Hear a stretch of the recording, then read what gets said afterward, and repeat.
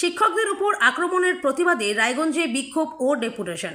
শিশু শিক্ষকদের মেরুদণ্ডে নয়, গোটা সমাজের মেরুদণ্ডে আঘাত এসেছে, এমনই অভিযোগ তুলে আজ শনিবার উত্তাল হলো রায়গঞ্জ শহর।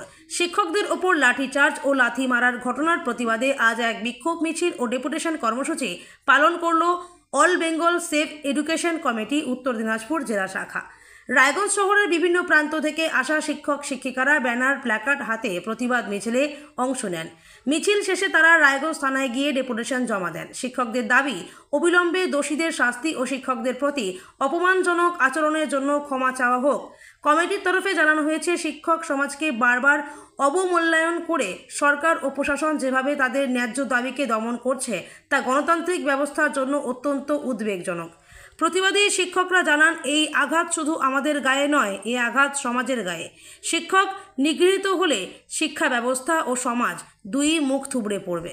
আজকের কর্মসূচির মধ্য দিয়ে রাজ্যের শিক্ষক সমাজ একেবারে স্পষ্ট বার্তা দিলেন, নির্বাক নয়, তারা প্রতিবাদে বিশ্বাসী।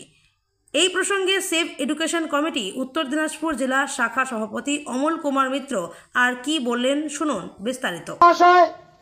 যারা সমাজের মেরুদণ্ড,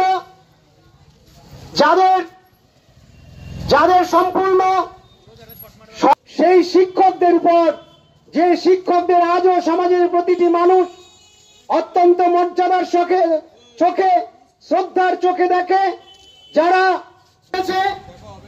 এই শিক্ষকদের উপর লাঠি ছাত্র সমাজ, যুব সমাজ, শিক্ষক সমাজ, অভিভাবিকা কেউই মেনে নিতে পারছে না। ফলে আজকে আমরা সেই কারণে আমি অমল কুমার মিত্র, আমি একজন অবসরপ্রাপ্ত শিক্ষক রায়গঞ্জ কমিউনিকেশন হাই স্কুলে। আমি এখন সেভ এডুকেশন আমাদের উত্তর দিনাজপুর জেলার সভাপতি দায়িত্বে। আজকে আপনাদের কর্মসূচি কি? আজকে আমাদের কর্মসূচি হচ্ছে যে আমরা পশ্চিমবঙ্গে দেখতে পাচ্ছি যে একটা ঘোর বিপদ সংকেত দেখা যাচ্ছে। চারিদিকে অরাজকতা, চারিদিকে দুর্নীতি, এবং ইতিমধ্যে আমরা অনেক আন্দোলন করেছি আরজিকর নিয়ে, সেখানেও আমরা কিন্তু তেমনভাবে প্রকৃতপক্ষে দোষীকে আমরা বুঝতে পারিনি, এবং এখনও সেই আন্দোলন স্তীমিত হলেও চলছে, থামেনি। ঠিক তেমনিভাবেই এর থেকেও একটা বড় বিপদ আমাদের চোখের সামনে এসছে। যারা 5-7 বছর ধরে চাকরি করছে, যারা যোগ্য প্রার্থী, তারাও কিন্তু চাকরি থেকে শেষ পর্যন্ত অযোগ্যতার দায়ে তাদেরকে স্যাক করা হলো, চাকরি হারিয়ে তারা আজকে দিশেহারা। এই যে 26,000 সব মিলে তাদের পরিবার যদি ধরা হয়, তাহলে প্রায় 2 লক্ষের অধিক পরিবার এর জন্য কিন্তু বিনা মেঘে বজ্রপাতের মতো মৃতপ্রায় হয়ে দিশেহারা হয়ে গেছে। সুতরাং আমরা যারা শিক্ষক সমাজের সঙ্গে আছি, যারা অভিভাবক, যারা ছাত্রছাত্রী, যারা সর্বস্তরের সাধারণ মানুষ, তাদের মুখের দিকে তাকিয়ে আমরা অবশ্যই এই শিক্ষকদের পাশে আছি।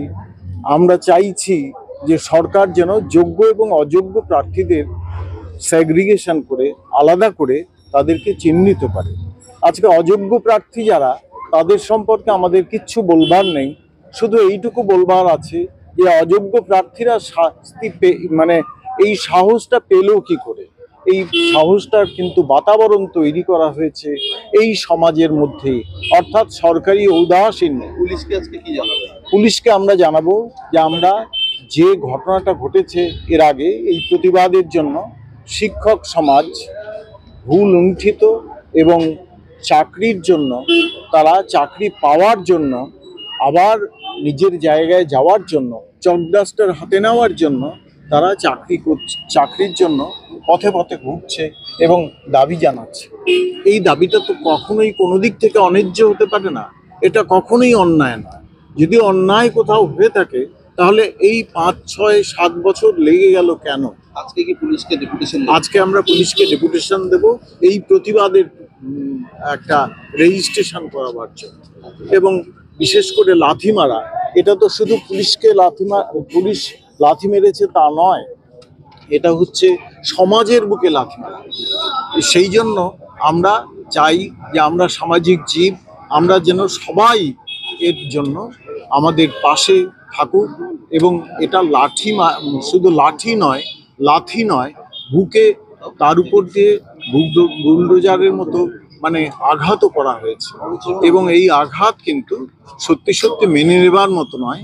কয়েকজন এর প্রতিবাদে অনশন করছে এবং অনশন করবার পরেও কয়েকজন বলছে যে আমাদের গুলি করুন, আমাদের অথবা স্বেচ্ছায় মৃত্যুর জন্য আমাদের পারমিশন দেন।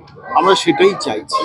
সুতরাং আজকে কিন্তু সত্যি সমস্ত স্তরের শিক্ষা জগতের যে অবস্থাটা সেটা দেয়ালে পিঠ থেকে গেছে। কাজেই সবার সহযোগিতা ছাড়া এটা বোধহয় অসম্ভব হয়ে পড়েছে।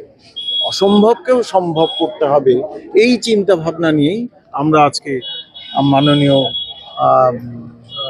আইসি সাহেবের সঙ্গে কথা বলবো যে আমরা এটার প্রতিবাদ করছি। এই ঘটনার যেন পুনরাবৃত্তি আর না হয়। আপনারাও পুলিশ, আপনারাও কর্মচারী, আমরাও কর্মচারী, আপনারাও কোনো পিতার সন্তান বা পারিবারিক শাসনে আপনারাও শৃঙ্খলিত। সুতরাং সমস্ত দিক থেকে এটা যেন মানে ভাবা হয় যে আমরা কিন্তু একে অপরের পরিপূরক, প্রয়োজন আছে।